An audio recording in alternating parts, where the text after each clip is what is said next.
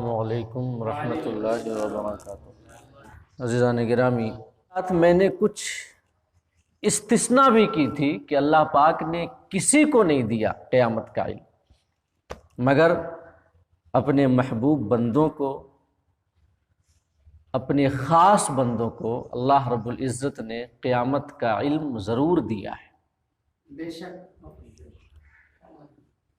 اور ہمارے آقا کریم صلی اللہ علیہ وسلم سے بڑھ کر رب کا محبوب بندہ اور کون ہے؟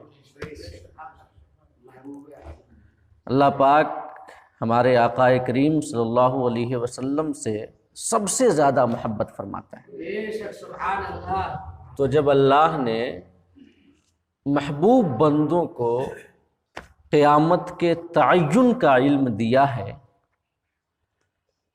تو اسی سے یہ بات ثابت ہو جاتی ہے کہ اللہ پاک نے ہمارے حبیب کو بھی قیامت کے تعین کا علم ضرور دیا ہے۔ اور اگر ہمارے آقا کریم کو قیامت کا علم نہ ہوتا، جیسا کچھ لوگ کہتے ہیں، تو آقا کریم نے بڑی تفصیلی نشانیاں ہمیں قیامت کی بتائی ہیں۔ تمام نشانیاں آقا کریم نے قیامت سے پہلے جو بھی ہونا ہے، چھوٹی نشانی سے لے کر بڑی نشانی تک، وہ تمام نشانیاں آقا کریم نے ہمیں بتا دیں اپنی احادیث میں۔ یہاں تک کہ حدیث جبرائیل، جس میں حضرت جبرائیل حاضر ہوئے آقا کی بارگاہ میں، آپ سے سوال کیا اسلام کے بارے میں، ایمان کے بارے میں، احسان کے بارے میں اور قیامت کے بارے میں، تو جب حضرت جبرائیل نے قیامت کے تعلق سے سوال کیا کہ کب آئے گی، تو آقا کریم صلی اللہ علیہ وسلم نے ارشاد فرمایا کہ مل مسئول عنہا بعالم من السائل، جس سے پوچھا جا رہا ہے وہ پوچھنے والے سے اس کے بارے میں زیادہ نہیں جانتا۔ کیا کہا؟ جس سے پوچھا جا رہا ہے وہ پوچھنے والے سے قیامت کے علم کے تعین کے بارے میں زیادہ نہیں جانتا۔ یعنی آقا نے زیادتی علم کی نفی کی، علم کی نفی نہیں کی۔ یہ نہیں فرمایا کہ میں نہیں جانتا، بلکہ یہ فرمایا کہ قیامت کب آئے گی اس کے بارے میں اے جبرائیل تم سے زیادہ نہیں جانتا۔ تو اس آقا کریم کے فرمان کا مفاد جو علماء نے بیان کیا، مفہوم بیان کیا، وہ یہ ہے کہ اللہ کے رسول نے یہ فرمایا کہ جبرائیل، یہ تم بھی جانتے ہو، ہم بھی جانتے ہیں کہ قیامت کا دن کون سا ہے،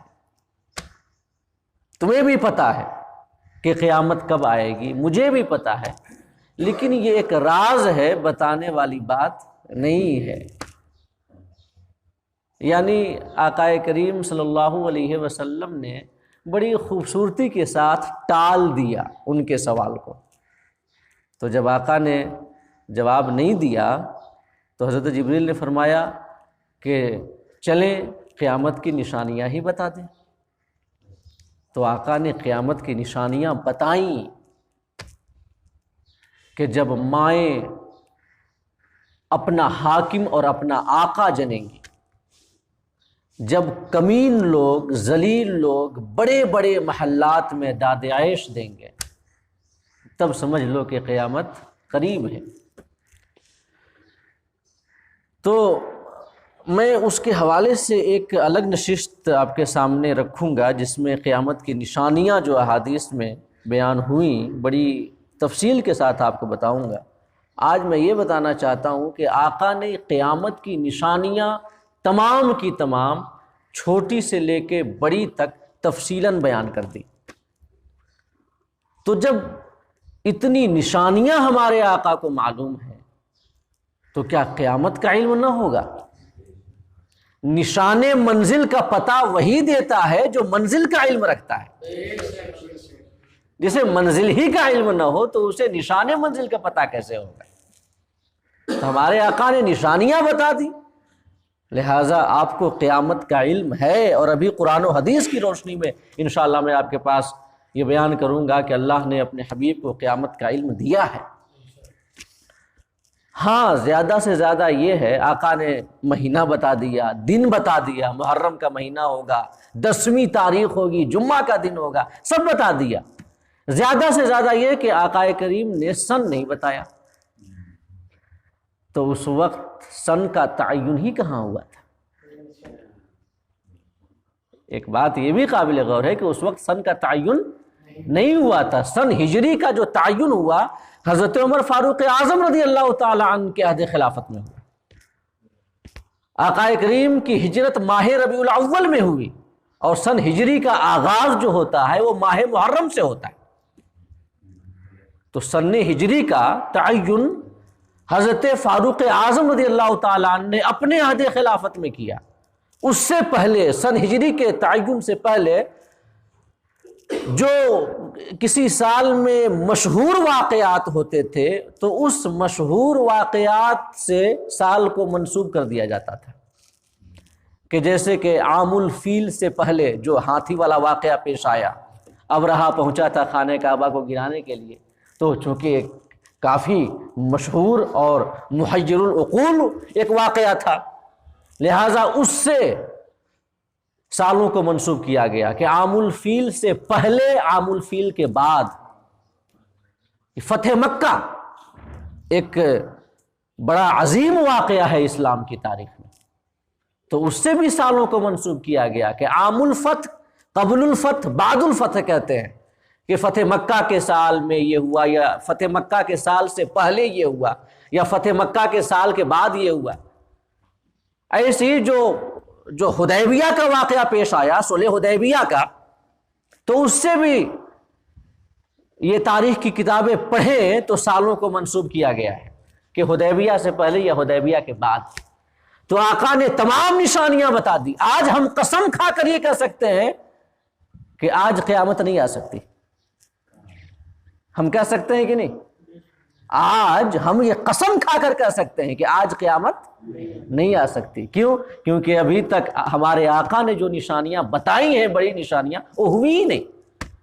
ابھی حضرت مسیح موعود نہیں آئے، امام مہدی نہیں آئے، دجال نہیں نکلا، دابۃ الارض نہیں نکلا، اور بڑی بڑی نشانیاں باقی ہیں۔ تو ہم قسم کھا کر کہہ سکتے ہیں کہ آج قیامت نہیں آئے گی۔ تو آقا نے نشانیاں بتا دی، تفصیلی نشانیاں بتا دی، دن بتا دیا، مہینہ بتا دیا، تاریخ بتا دی، ہاں صرف یہ کیا کہ سن نہیں بتایا۔ تو اس کے بارے میں کہا جا سکتا ہے کہ اس وقت سن کا تعین ہی کہاں ہوا تھا۔ تو لہٰذا یہ یقین جانے کہ ہمارا عقیدہ آقا کریم صلی اللہ علیہ وسلم کے حوالے سے یہ ہونا چاہیے کہ اللہ نے ہمارے آقا کو قیامت کا علم عطا کیا ہے، اور ہمارے آقا کی شان تو بڑی بلند ہے۔ آپ کو تمام مخلوقات میں سب سے زیادہ علم دیا گیا۔ حضرت سیدی عبدالعزیز دباغ علیہ رحمت و رضوان فرماتے ہیں، جب ان سے پوچھا گیا، اس لیے کہ اس سلسلے میں علماء کا بڑا اختلاف پایا جاتا ہے کہ آقا کو قیامت کا علم دیا گیا یا نہیں دیا گیا، علماء کا اختلاف پایا جاتا ہے۔ تو آپ کے ملفوظات کو جمع کیا ہے علامہ احمد بن مبارک سلجماسی نے۔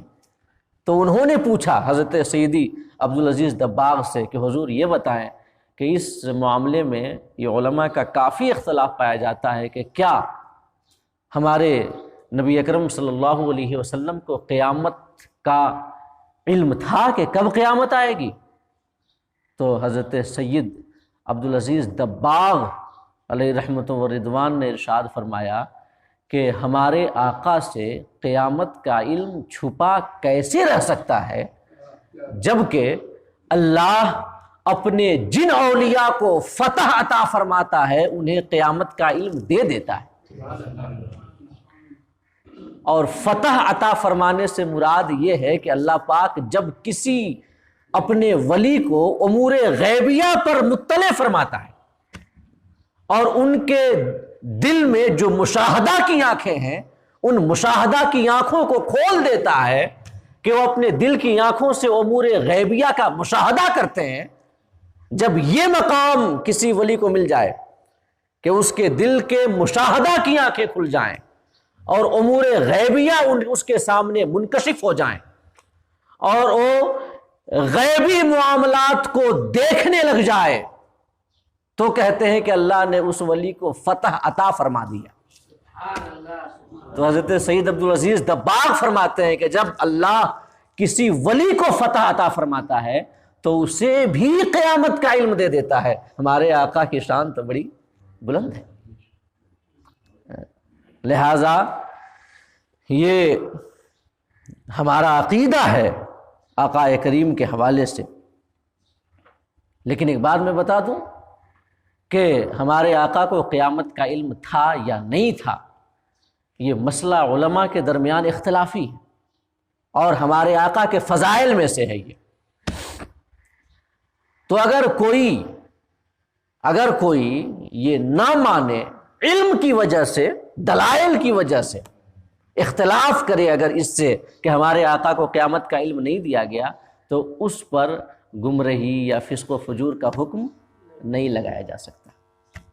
یہ علماء کے درمیان اختلافی مسئلہ ہے، لیکن یہ ہم اہل سنت والجماعت اور اکثر علماء اہل سنت والجماعت کا عقیدہ یہی ہے کہ ہمارے آقا کریم صلی اللہ علیہ وسلم کو اللہ نے قیامت کا علم دیا۔ اب آئیے ذرا اس حوالے سے کچھ قرآن کی آیات اور احادیث ہم آپ کے سامنے پیش کریں جن سے یہ ثابت ہوتا ہے کہ اللہ نے اپنے حبیب کو قیامت کا علم دیا۔ اللہ فرماتا ہے سورہ رحمان کے اندر، الرحمن علم القرآن، رحمان نے اپنے حبیب محمد رسول اللہ صلی اللہ علیہ وسلم کو قرآن کا علم دیا، قرآن سکھایا۔ الرحمن علم القرآن، رحمان نے اپنے حبیب کو، ہمارے آقا کو قرآن کا علم دیا۔ اللہ پاک نے قرآن سکھایا اپنے حبیب کو، اور یہ قرآن کی تمام باتیں جو متشابہات بھی ہیں، جو الف لام میم، الف لام را، کاف ہا یا عین صاد وغیرہ جو حروف مقطعات والی آیات ہیں جن کو ہم متشابہات کہتے ہیں، اللہ پاک نے اپنے حبیب کو پورے قرآن کا علم دیا، متشابہات سب کا علم دیا۔ اور جب قرآن کا علم اللہ نے اپنے حبیب کو دیا تو آخر قرآن میں اللہ نے کیا کیا بیان کیا ہے؟ اللہ رب العزت ارشاد فرماتا ہے کہ وَتَفْصِيلَ الْكِتَابِ لَا رَيْبَ فِيهِ مِن رَبِّ الْعَالَمِينَ، کہ یہ اس قرآن میں، یہ جو اللہ پاک نے قرآن اتارا، اس کے اندر اللہ نے لوح محفوظ کی تمام باتوں کا تفصیلی ذکر فرمایا، تفصیلی ذکر اس قرآن کے اندر، لوح محفوظ کہ جس میں ابتدائے خلق سے لے کر انتہائے خلق تک کے تمام واقعات لکھے ہیں۔ تو لوح محفوظ میں جتنی باتیں درج ہیں، جتنی باتیں لکھی ہیں، وہ تمام باتیں اللہ پاک نے اس قرآن کے اندر بالتفصیل بیان کی ہیں۔ اور اللہ رب العزت نے لوح محفوظ میں کیا لکھا ہے؟ ایک تو یہ کہ وہ تفصیل الکتاب لا ریب فیہ، کہ اس قرآن میں لوح محفوظ کی تمام باتیں بالتفصیل لکھی ہیں اور اس میں کوئی شک نہیں، من رب العالمین، یہ رب العالمین کی جانب سے اترا ہے۔ اب لوح محفوظ میں اللہ رب العزت نے کیا لکھا؟ اللہ پاک فرماتا ہے ولا رطب ولا یابس الا فی کتاب مبین، ہر خشک و تر چیز اللہ پاک نے ایک روشن کتاب میں لکھ رکھا ہے، اور روشن کتاب سے مراد یہاں پر لوح محفوظ ہے۔ اللہ پاک دوسری جگہ فرماتا ہے ما فرطنا فی الکتاب من شیء، ہم نے کتاب کے اندر کچھ نہیں چھوڑا، اور یہاں پر بھی علماء فرماتے ہیں کہ کتاب سے مراد لوح محفوظ ہے، یعنی لوح محفوظ میں ہر خشک و تر چیز کا ذکر اللہ پاک نے کیا ہے۔ اللہ پاک نے قرآن لوح محفوظ میں کوئی چیز نہیں چھوڑی، تمام چیزوں کا ذکر ہے، ابتدائے خلق سے لے کر انتہائے خلق تک۔ اور لوح محفوظ کی تمام باتیں اس قرآن میں ہیں، اور اس قرآن کا علم اللہ نے اپنے حبیب کو دیا۔ تو جب اس قرآن کا علم اب اللہ نے اپنے حبیب کو دیا اور اس میں لوح محفوظ کی تمام باتیں ہیں اور لوح محفوظ میں ہر خشک و تر ہے، لہذا ثابت ہوا کہ ہمارے آقا اس قرآن کی وجہ سے، اس قرآن کے علم کی وجہ سے لوح محفوظ کے تمام معلومات پر عالم ہیں، لوح محفوظ کی تمام باتوں کو جانتے ہیں، اور لوح محفوظ میں تمام چیزیں مذکور ہیں ابتدا سے لے کر انتہا تک۔ لہٰذا ہمارے آقا بھی ابتدا سے لے کر انتہا تک سب جانتے ہیں، ابتدا سے لے کر انتہا تک سب جانتے ہیں، ابتدائے خلق سے لے کر انتہائے خلق تک۔ اسی کو ہم کہتے ہیں علم ما کان و ما یکون، جو ہو چکا ہمارے آقا اسے بھی جانتے ہیں، جو ہوگا ہمارے آقا اسے بھی جانتے ہیں۔ اب یہ بات قابل غور ہے کہ آیا لوح محفوظ کے اندر یہ لکھا ہے یا نہیں کہ قیامت کب آئے گی، اس کا متعین دن کون سا ہے؟ یہ بات تو ثابت ہے کہ ما کان و ما یکون لوح محفوظ کے اندر لکھا ہوا ہے، ابتدائے خلق سے لے کر انتہائے خلق تک۔ اور انتہائی خلق ہم کہتے ہیں جب اس دنیا کا خاتمہ ہوگا، کہ جس کو عام لفظوں میں آپ کہہ سکتے ہیں کہ آقا کریم صلی اللہ علیہ وسلم کو اللہ پاک نے جس قرآن کا علم دیا اور جس قرآن میں لوح محفوظ کا تفصیلی بیان ہے، اس لوح محفوظ میں اللہ پاک نے جب اللہ نے تخلیق کی ابتدا کی اس سے لے کر قیامت تک کے تمام احوال درج ہیں۔ اب اگر اس لوح محفوظ میں قیامت کا دن جو متعین ہے اگر او لکھا ہے، تب تو کوئی شک نہیں کہ ہمارے آقا قیامت کا دن جانتے ہیں، اس لیے کہ ہمارے آقا لوح محفوظ کو جانتے ہیں قرآن کے واسطے سے، اگر اس میں لکھا ہے تو۔ مگر اس کی کوئی دلیل نہیں ہے کہ اس میں قیامت کا دن لکھا ہے یا نہیں لکھا ہے، اس کی کوئی دلیل نہیں۔ اگر لکھا ہے تب تو ثابت کہ ہمارے آقا کو قیامت کا علم ہے، اور اگر نہیں لکھا ہے تب بھی اس خلق کی انتہا لکھی ہے نا، انتہائے خلق تو لکھا ہے نا، اور جو انتہائے خلق ہے وہی ابتدائے قیامت ہے۔ تو جس کو انتہائے خلق کا علم ہوگا اس کو ابتدائے قیامت کا علم ضرور ہوگا۔ سمجھ رہے ہیں نا میں کہنا کیا چاہتا ہوں؟ اللہ پاک نے لوح محفوظ کے اندر ابتدا سے لے کر قیامت تک کے واقعات لکھے ہیں۔ اب قیامت تک کے واقعات میں قیامت کا علم ہے یا نہیں، دلائل خاموش ہیں۔ یہ قرآن کی آیت ہمیں کچھ نہیں بتاتی، احادیث ہمیں کچھ نہیں بتاتے، تو اب دو حال سے خالی نہیں کہ یا تو اس میں قیامت کا دن لکھا ہے یا نہیں لکھا۔ اگر لکھا ہے تب تو آقا جانتے ہیں، اور اگر نہیں لکھا تو بھی جانتے ہیں، اس لیے کہ جب لوح محفوظ میں انتہائے خلق کی بتک کی باتیں لکھی ہیں تو جو انتہائے خلق ہے وہیں سے تو ابتدائے قیامت ہے۔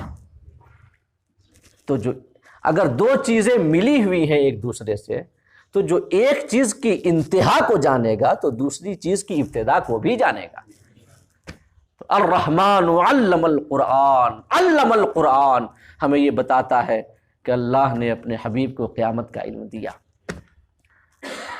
اور لوح محفوظ ہی کی کیا بساط، لوح محفوظ تو ہمارے آقا کے علوم کا ایک قطرہ ہے۔ اللہ پاک نے لوح محفوظ سے بھی زیادہ کثرت کے ساتھ اپنے حبیب کو علم عطا کیا ہے۔ امام بوصیری شرح یہ قصیدہ بردہ میں فرماتے ہیں، امام بوصیری یہ قصیدہ بردہ بڑا مشہور ہے، اس میں فرماتے ہیں کہ وَمِنْ عُلُومِهَا عِلْمُ اللَّوْحِ وَالْقَلَمِ، یعنی لوح اور قلم کا علم ہمارے آقا کے علم کا ایک قطرہ ہے، تو اس سے بھی زیادہ علم ہمارے آقا کو دیا گیا۔ اور اس کے بعد اللہ رب العزت سورہ رحمان ہی میں فرماتا ہے خلق الانسان علمہ البیان، اللہ نے انسان کو پیدا کیا، اسے بیان سکھایا۔ اب اس آیت کریمہ کی تفسیر کرتے ہوئے یہ امام خازن اپنی تفسیر میں لکھتے ہیں کہ قیل، ایک قول یہ ہے کہ اراد بالانسانی محمدن صلی اللہ علیہ وسلم، کہ جو اللہ پاک نے فرمایا خلق الانسان، اللہ پاک نے انسان پیدا کیا، تو یہ قول یہ امام خازن لکھتے ہیں تفسیر خازن کے اندر کہ قول یہ ہے کہ یہاں پر انسان سے مراد انسانیت کی جان محمد صلی اللہ علیہ وسلم ہے۔ اسی وجہ سے حضور اعلیٰ حضرت نے کنز الایمان میں جو اس آیت کریمہ کا ترجمہ کیا تو خلق الانسان، اس کا ترجمہ کیا کہ اللہ نے انسانیت کی جان محمد کو پیدا کیا۔ امام خازن لکھتے ہیں کہ اراد بالانسان محمدا، کہ یہاں پہ انسان سے مراد ہمارے آقا کریم صلی اللہ علیہ وسلم ہے۔ اس کے بعد فرمایا علمہ البیان، بیان سکھایا۔ بیان سے کیا مراد ہے؟ امام خازن لکھتے ہیں علمہ البیان یعنی بیان ما کان و ما یکون، یعنی اللہ نے اپنے حبیب کو ما کان اور ما یکون کا علم دیا، جو ہو گیا اور جو ہوگا۔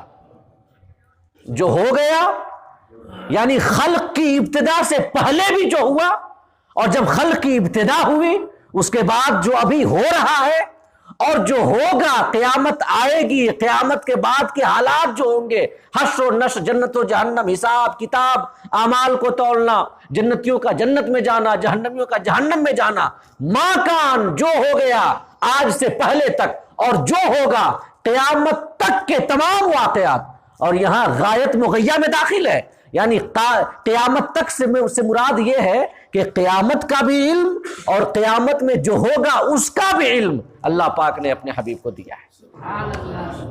علمہ البیان یعنی بیان ما کان و ما یکون، جو ہو گیا اور جو ہوگا اس کا بیان یعنی علم سکھایا۔ اب اس کے بعد لکھتے ہیں امام خازن لأنہ علیہ السلام نبیہ عن خبر الاولین والآخرین وعن یوم الدین۔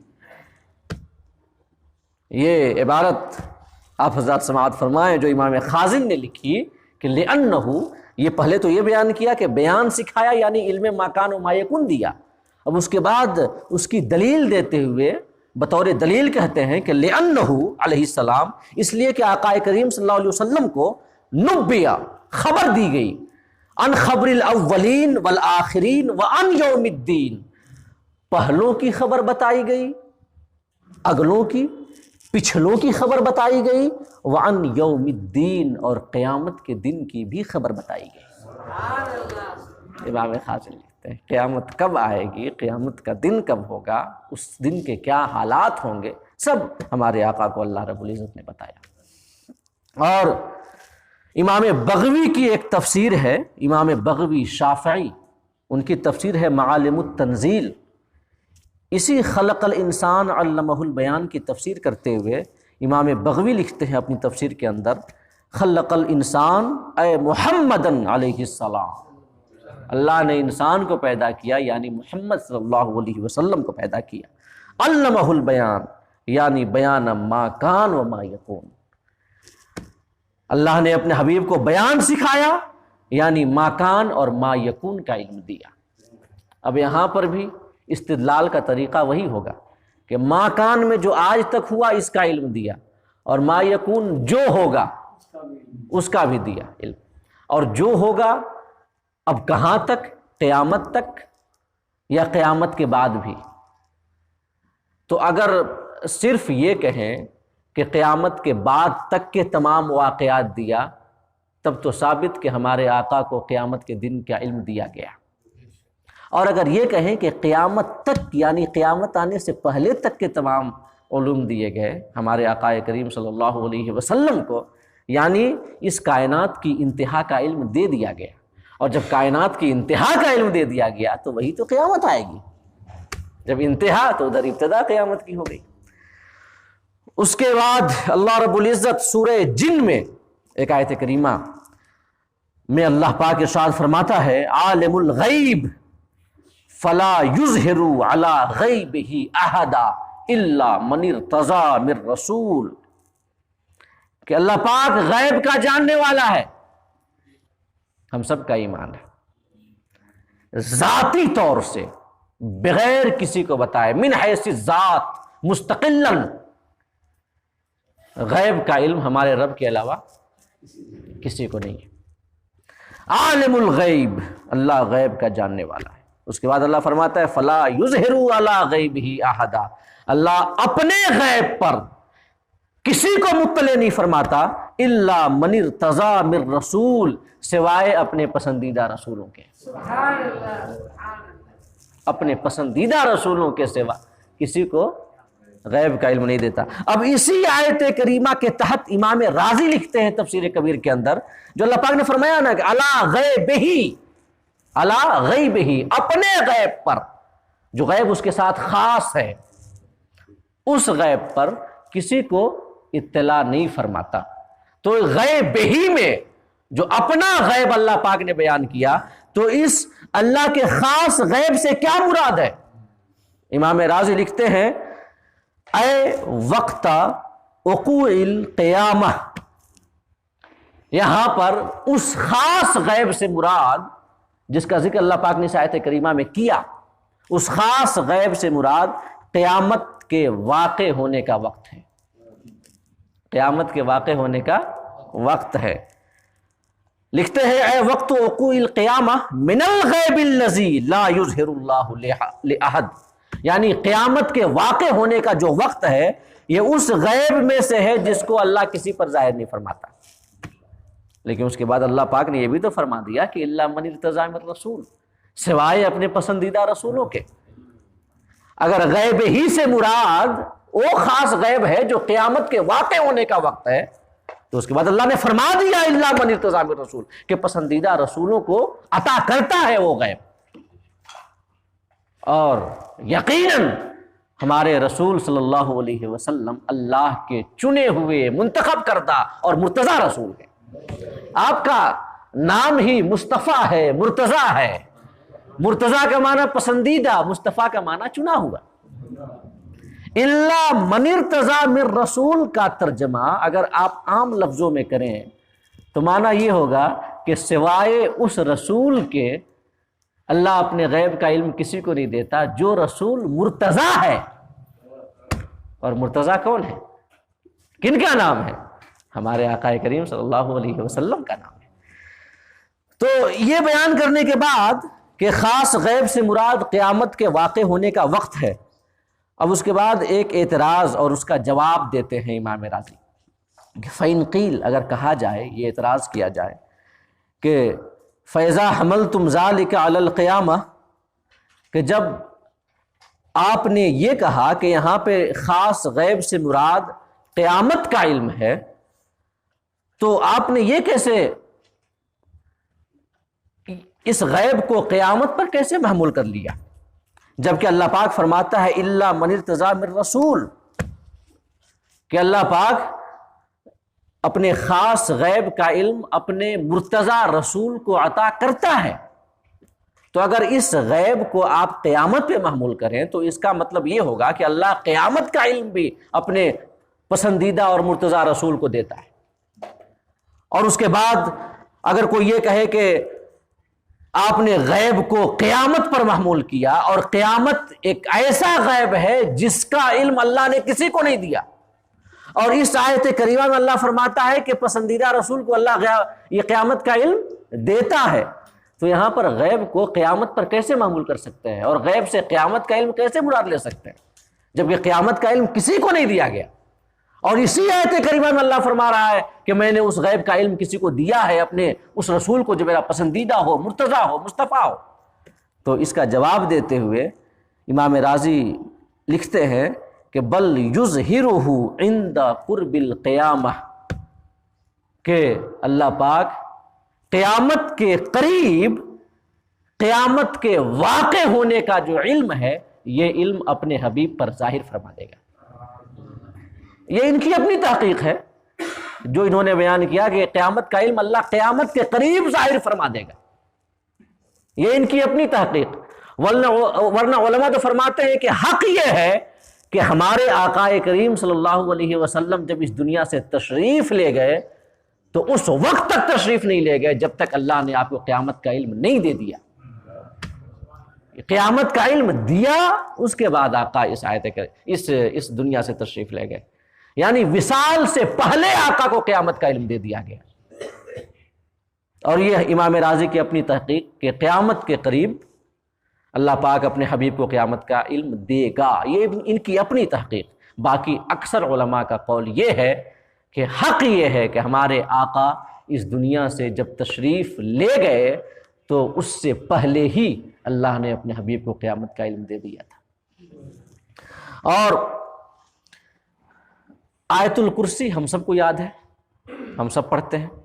اسی آیت الکرسی میں اللہ پاک فرماتا ہے من ذا الذی یشفع عندہ الا باذنہ، کون ہے جو اللہ کے حضور اس کی اجازت کے بنا کسی کی شفاعت کر سکے۔ اللہ فرماتا ہے کون ہے جو اللہ کے حضور اس کی اجازت کے بنا کسی کی شفاعت کر سکے۔ یہ آیت کریمہ ہی بتاتی ہے کہ اللہ کی اجازت سے کچھ اللہ کے ایسے محبوب بندے ہوں گے جو شفاعت کریں گے، کیونکہ اللہ پاک نے استثناء کر دیا۔ پہلے فرمایا کون ہے جو شفاعت کرے، اس کے بعد فرمایا الا باذنہ، بغیر اس کی اجازت کے، یعنی اللہ نے کسی کو اجازت دی ہے۔ اور ہمارے آقا سے رب کا محبوب اور کون بندہ ہے؟ تو اللہ نے جب کسی کو اجازت دی ہے تو ہمارے آقا کو ضرور اجازت دی ہے۔ تو ہمارے آقا کو اللہ نے اجازت دی ہے شفاعت کی۔ سنیے گا، تو من ذا الذی یشفع عندہ الا باذنہ، کون ہے جو خدا کے حضور اس کی اجازت کے بنا شفاعت کر سکے۔ اس سے یہ ثابت کہ اللہ نے اپنے حبیب کو شفاعت کی اجازت دی۔ اب جب شفاعت کی اجازت دی اپنے حبیب کو تو یہ ضروری ہے نا کہ جس کو شفاعت کی اجازت ملی اسے یہ پتہ ہو کہ کس کی شفاعت کرنی ہے، کس کی شفاعت نہیں کرنی۔ اس لیے کہ شفاعت تو خالی اہل ہی کی ہو سکتی ہے، نا اہل کی نہیں ہو سکتی۔ وہ دنیا تو نہیں ہے نا کہ سفارش کی وجہ سے نا اہل بھی بڑی بڑی کرسیوں پہ جا کے بیٹھ جائیں، ان کو بڑے بڑے مناصب مل جائیں، جہاں قابلیت نہ دیکھی جائے، اہلیت نہ دیکھی جائے، بس یہ دیکھا جائے کہ منتری کا بھتیجا ہے، منتری کا چچا ہے، یہ دیکھا جائے کہ یہ مدرسہ کے مینیجر کا بھائی ہے، بھتیجا ہے، بیوی ہے، اگرچہ جاہل ہو، ہے کہ نہیں؟ چل رہا ہے نا یہاں پر۔ دیکھیے سفارش کرنا غلط نہیں ہے، یاد رکھیے گا اس بات کو، سفارش کرنا غلط نہیں ہے۔ اگر اللہ پاک نے ہمیں اثر و رسوخ عطا کیا ہے، اللہ پاک نے ہمیں عزت دی ہے اس دنیا کے اندر، تو اس اثر و رسوخ اور اس دنیاوی عزت کا استعمال کر کے اگر ہم کسی اپنے دینی بھائی کو فائدہ پہنچا سکیں تو یہ تو اچھی بات ہے نا۔ حدیث میں، قرآن میں اس عمل کی بڑی تعریف آئی ہے کہ کوئی بندہ اپنے بھائی کی مدد کرے۔ حدیث میں آیا کہ جو اپنے بھائی کی مدد کرتا ہے اللہ اس کی مدد کرتا ہے۔ جو کوئی اپنے بھائی کی مدد کے لیے نکلتا ہے تو ملائکہ کی ایک جماعت اس کے لیے ہمیشہ جب تک وہ مدد میں لگا رہے دعا کرتی رہتی ہے۔ حدیث میں آیا، قرآن میں آیا تعاونوا علی البر والتقوی، کہ نیکی اور پرہیزگاری کی باتوں میں ایک دوسرے کی مدد کرو۔ تو مدد کرنا کوئی غلط نہیں ہے، اور سفارش کرنا بھی ایک قسم کی مدد ہے، لہٰذا یہ غلط نہیں ہے۔ اگر زندگی میں جو ہمیں اثر و رسوخ، جو عزت، جو منصب اللہ نے عطا کیا ہے، اگر اس کا استعمال کر کے اگر ہم کسی اپنے مومن بھائی کو کوئی مدد پہنچا سکیں تو یہ بڑی اچھی بات ہے۔ لیکن ہاں، سفارش کرنے سے پہلے یہ ضروری ہے کہ ہم اہلیت دیکھ کے سفارش کریں، قابلیت دیکھ کے سفارش کریں۔ یہ نہیں کہ جاہل ہے اور اس کو کسی بڑے پوسٹ کے لیے اپنی سفارش کے بلبوتے پہ پہنچا دے اور سفارش کر دے کہ ہاں یہ مقام اسے دے دیا جائے. یہ نہیں کہ چوری کر کے اور منشی مولوی کا ایگزام پاس کر لیا اور اس کو اگر ہم مینیجر ہیں تو اپنے بھتیجے کو نوکری دے دیں اگرچہ وہ کچھ نہیں جانتا. یہ ایک لوٹ مچی ہوئی ہے. خیر یہ ایک الگ مسئلہ ہے، میں اس جانب نہیں جانا چاہتا. تو من ذا الذی یشفع عندہ الا باذنہ، اس سے یہ ثابت کہ اللہ نے اپنے حبیب کو شفاعت کی اجازت دی. اب جس کو شفاعت کی اجازت ملی تو ضروری ہے کہ اسے اہل اور نااہل کا علم ہو. ضروری ہے کہ کس کی شفاعت کرنی ہے کس کی نہیں کرنی ہے، یہ ضروری ہے. اور جب اللہ نے اپنے حبیب کو اجازت دی شفاعت کی تو ضروری ہے کہ اللہ اپنے حبیب کو لوگوں کے اعمال کا علم دے دے کہ کس کے عمل کیسے ہیں، کس کے عمل کیسے ہیں، کون مومن ہے، کون کافر ہے، کون منافق ہے، کون متقی ہے، کون خطاکار ہے، سیاکار ہے. سب کے علوم اللہ پاک اپنے حبیب کو سکھا دے کہ تاکہ آقا کریم جب سفارش کرے خدا کی بارگاہ میں تو اہل کی سفارش کرے. یہ ضروری ہے، یہ علم ہمارے آقا کو ملنا ضروری ہے کہ آپ کو علم دیا جائے کہ کون کافر، کون مسلمان، کون متقی، کون پرہیزگار، کون منافق. اب اسی بات کو، اسی علم کو کہ یہ علم دیا گیا، اللہ نے اپنے حبیب کو دیا، شفاعت کی اجازت دی تو علم بھی دیا، اہل اور نااہل کی خبر بھی بتا دی. اللہ پاک اسی آیت الکرسی کے اندر فرماتا ہے یعلم ما بین ایدیہم وما خلفہم، کہ ہم نے اپنے حبیب کو شفاعت کی اجازت دی اور ہمارے حبیب یہ جانتے ہیں جو کچھ لوگوں کے آگے ہے، جو کچھ ان کے پیچھے ہے. یعلم ما بین ایدیہم وما خلفہم، حضور جانتے ہیں جو کچھ لوگوں کے آگے ہے، جو کچھ ان کے پیچھے ہے. یہ ایک ما بین ایدیہم وما خلفہم یہ کافی وسیع مفہوم اپنے اندر رکھتا ہے. ما بین ایدیہم جو لوگوں کے آگے ہے، کیا مطلب؟ جو لوگوں سے پہلے ہو چکا، خلائق سے پہلے جو ہو چکا، آسمان و زمین کی تخلیقات سے جو پہلے ہو چکا. اور اس میں یہ بھی شامل ہے ما بین ایدیہم کا ایک معنی ہوتا ہے سامنے، جو کچھ سامنے چل رہا ہے، یعنی خلائق کی تخلیق سے پہلے اور انسانوں کے مابین جو حالات چل رہے ہیں اور ہر شخص کے جو حالات ہیں، عمل کے اعتبار سے جو اس کا مقام ہے، ایمان کے اعتبار سے جو اس کا مقام ہے، روحانیت کے اعتبار سے جو اس کا مقام ہے، اسے جانتے ہیں. یہ تمام باتیں ما بین ایدیہم سے ثابت ہوتی ہیں. ما بین ایدیہم کا معنی یہ بھی ہوتا ہے کہ آگے کے تمام واقعات جانتے ہیں جو گزر چکے، اور جو سامنے چل رہے ہیں وہ بھی جانتے ہیں. اور وما خلفہم سے یہ بات ثابت ہوتی ہے کہ ان کے بعد جو کچھ آئے گا، انسانوں کے بعد جو کچھ آئے گا قیامت تک، قیامت کے بعد کے تمام واقعات ہمارے حضور جانتے ہیں. تو یعلم ما بین ایدیہم وما خلفہم کی ایک تفسیر علماء تفسیر نے یہ بیان کی ہے کہ اس میں اللہ کے علم کا بیان ہے. یعلم ما بین ایدیہم وما خلفہم، اللہ جانتا ہے جو کچھ لوگوں کے آگے ہے اور جو کچھ ان کے پیچھے ہے. اور اس کی ایک تفسیر جو روح البیان کے اندر مذکور ہے، روح البیان کے اندر وہ لکھتے ہیں کہ یعلم محمد علیہ السلام ما بین ایدیہم من الامور الاولیات قبل الخلائق وما خلفهم من احوال القیامہ وفزع الخلق وغضب الرب. اس یعلم ما بین ایدیہم وما خلفہم کی تفسیر کرتے ہوئے روح البیان کے اندر یہ آیا کہ یعنی محمد صلی اللہ علیہ وسلم جانتے ہیں جو کچھ لوگوں کے آگے ہے، یعنی خلائق سے پہلے، مخلوقات کی تخلیق سے پہلے کے جو امور اولیات ہیں، اولین معاملات، جبکہ انسان نہیں پیدا کیا گیا، جبکہ زمین نہیں پیدا کی گئی، جبکہ آسمان نہیں پیدا کیے گئے، جبکہ کل جہان نہیں پیدا کیا گیا، کائنات نہیں پیدا کی گئی، سب سے پہلے کے جو واقعات اور حالات ہیں ہمارے حضور جانتے ہیں.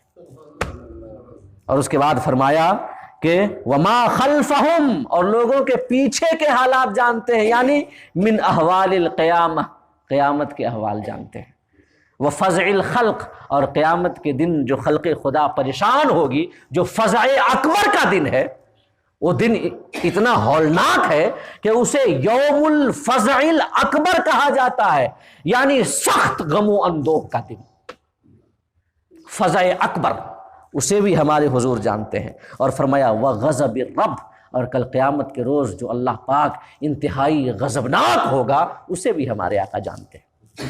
روح البیان کے اندر یہ فرمایا۔ تو اور کیسے ہمارے آقا خلائق کی خلق سے پہلے کے حالات نہیں جانیں گے، جبکہ احادیث صحیحہ سے ثابت ہے کہ اللہ نے کل کائنات سے پہلے اپنے حبیب کے نور کو پیدا کیا۔ کل کائنات سے پہلے کچھ نہ تھا، جب نہ زمین، نہ آسمان، نہ سورج، نہ ستارے، نہ چاند، نہ زمانہ، نہ مکان، کچھ نہیں تھا، اس سے پہلے اپنے حبیب کے نور کو پیدا کیا، اس نور کو اپنی بارگاہ خاص میں رکھا۔ آپ میلاد مصطفیٰ جب سنتے ہیں تو سنتے آتے ہیں، سنتے رہتے ہیں، اسی نور سے تمام کائنات کی تخلیق فرمائی۔ تو ہمارے آقا کو اللہ نے سب سے پہلے پیدا کیا، تو آپ خلائق سے پہلے کے حالات کیوں نہیں جانیں گے؟ اور یہ حدیث میں آیا کہ اسی نور کے اللہ پاک نے حصے پہ حصے کیے اور کائنات کی تخلیق فرما دی، اسی کائنات کے کہ مطلب 4 حصے کیے۔ پہلے حصے سے عرش کو پیدا کیا، دوسرے سے کرسی کو پیدا کیا، تیسرے سے حاملان عرش کو پیدا کیا، وہ فرشتے جو عرش اٹھائے ہوئے ہیں، اس کے بعد تیسرا حصہ پھر اسے تقسیم کیا، ایک حصے سے لوح کو پیدا کیا، دوسرے حصے سے قلم کو پیدا کیا، تیسرے حصے سے جنت و جہنم کو پیدا کیا۔ یہ کچھ تقدیم و تاخیر ہو سکتی ہے، ورنہ یہ پوری حدیث موجود ہے۔ تو جب کائنات کی تمام چیزیں آقا ہی کے نور کی تقسیم کر کے پیدا کی گئیں، تو ہمارے آقا کیوں نہ جانیں گے؟ لہذا یعلم ما بین ایدیہم وما خلفہم میں ایک تفسیر کے مطابق اس میں ہمارے حبیب کے علم کی وسعت کو بیان کیا گیا ہے کہ جو کچھ لوگوں کے آگے ہے، یعنی ان سے پہلے کے تمام حالات، خلق سے پہلے، مخلوقوں کی تخلیق سے پہلے کے تمام حالات ہمارے آقا جانتے ہیں۔ پھر جو چل رہا ہے، ہر شخص کا جو حال ہے، ہر شخص ہر دن جو کام کرتا ہے، ہمارے آقا سب جانتے ہیں۔ اور وما خلفہم، یعنی ان کے پیچھے جو کچھ آ رہا ہے، قیامت اور قیامت کے بعد کے احوال سب جانتے ہیں۔ جو سب جانتے ہیں، اللہ نے اتنا علم دیا، تو قیامت کا دن کون سا ایک کوئی خاص مسئلہ ہے جو اللہ پاک نے نہیں دیا؟ کوئی اس میں ایسی خصوصیت، اتنی بڑی بات؟ وہ تو عوام کے لیے چھپایا گیا تاکہ وہ سست نہ ہو جائیں کہ ابھی اتنا دن باقی ہے وغیرہ وغیرہ، کچھ حکمتوں کے پیش نظر۔ ہمارے حبیب سے کیوں چھپایا جائے گا؟ جب سب کچھ بتا دیا گیا تو قیامت کے دن کی کوئی خصوصیت تو ایسی ہے نہیں کہ وہ نہ بتائے۔ یہاں تک کہ آیا حضرت اسرافیل علیہ السلام کے حوالے سے کہ ان کے 2 پر ہیں، انہوں نے دونوں پر پھیلا کے رکھے تھے، دونوں پر۔ اور جب ہمارے آقا پیدا ہوئے تو اس دن ہمارے آقا کی ولادت کے بعد حضرت اسرافیل نے اپنا ایک پر نگوں کر دیا، ایک پر جھکا دیا، اور دوسرا پر حضرت اسرافیل اس دن جھکائیں گے جب انہیں حکم ہوگا سور پھونکنے کا۔ کیا حکم ہوگا؟ سور پھونکنے کا۔ جب حکم ہوگا تو اس پر کو جھکائیں گے، اس کے بعد سور پھونکیں گے۔ تو اب بتائیں، دولت مکیہ کے اندر حضور اعلیٰ حضرت نے اسے لکھا، اس کے بعد حضور اعلیٰ حضرت اس حدیث سے استدلال کرتے ہوئے آپ یہ فرماتے ہیں کہ حضرت اسرافیل کو اگرچہ جو ایک لمحہ ہی پہلے کیوں نہ ہو، جب حضرت اسرافیل اپنا پر ایسے گرائیں گے اور جھکائیں گے تو وہ تو زمانہ کے اندر ہوگا نا، یعنی یہ قیامت سے پہلے ہوگا، اور یہ جھکانے سے پہلے، پر کو گرانے سے پہلے حضرت اسرافیل کو حکم ہو چکا ہوگا کہ قیامت کا وقت ہے، اب تم سور پھونکو۔ یعنی قیامت کے آنے سے اگرچہ کچھ لمحہ پہلے حضرت اسرافیل کو پتہ چل جائے گا کہ قیامت کا دن اور قیامت کا متعین وقت کون سا ہے۔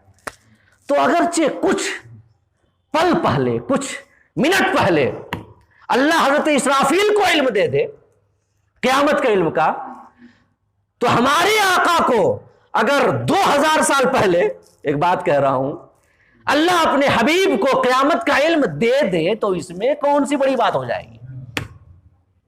کون سی بڑی بات ہو جائے گی؟ لہذا اللہ رب العزت نے اپنے حبیب کو قیامت کا علم ضرور دیا۔ ایک آیت کریمہ سنیں، ما انت بنعمت ربک بمجنون۔ اللہ پاک نے فرمایا کہ آپ اپنے رب کی نعمت سے مجنون نہیں ہیں، مجنون۔ اور یہ مجنون کے حوالے سے کیا مراد ہے، اس کی ایک تفسیر کرتے ہوئے صاحب روح البیان لکھتے ہیں کہ مجنون یہ جن سے مشتق ہے۔ جن، اس کا روٹ ورڈ مجنون کا جن ہے، اور جن کا معنی ہوتا ہے چھپنا، چھپنا، ستر۔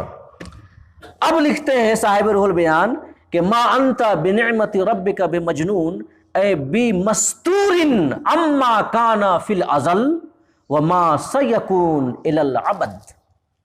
یعنی کہ اللہ فرماتا ہے اے میرے حبیب، آپ سے چھپا ہوا نہیں ہے وہ جو ازل میں ہوا۔ سبحان اللہ، سبحان اللہ۔ صاحب روح البیان لکھتے ہیں کہ اے بے مستورن اما کان فی الازل، حبیب آپ سے چھپا ہوا نہیں ہے وہ جو ازل میں ہوا، وما سیکون الی الابد، اور وہ جو ابد تک ہوگا۔ جو ازل میں ہوا وہ بھی چھپا نہیں ہے، جو ابد تک ہوگا وہ بھی چھپا نہیں ہے۔ یعنی علم ازلی و ابدی دیا گیا ہمارے حبیب صلی اللہ علیہ وسلم۔ جو ازل میں ہوا وہ بھی بتایا گیا، جو ابد تک ہوگا سب بتایا گیا۔ ابد تک، میں کہہ رہا ہوں ابد تک، اور جب ابد تک آ گیا تو متناہی ہو گیا۔ کوئی یہ نہ کہے، کچھ لوگ بڑا اعتراض کرتے ہیں آپ لوگ تو حضور کے علم کو معاذ اللہ رب العالمین ملا دیتے ہیں اللہ کے علم سے۔ معاذ اللہ رب العالمین، ہرگز نہیں، ہم یہ ہرگز نہیں کہتے۔ ہم یہ کہتے ہیں کہ تمام مخلوقات کا علم، اور تمام مخلوقات میں انبیاء، اولیاء، ملائکہ، اور ملائکہ کے رسول اور انبیاء سب شامل ہیں۔ ہم یہ کہتے ہیں کہ تمام مخلوقات کا علم ہمارے حضور کے علم کے آگے ایسے ہی ہے جیسے سمندر کے سامنے ایک قطرہ، اور ہمارے حضور کا علم رب کے علم کے آگے ایسے ہی ہے جیسے سمندر کے سامنے ایک قطرہ۔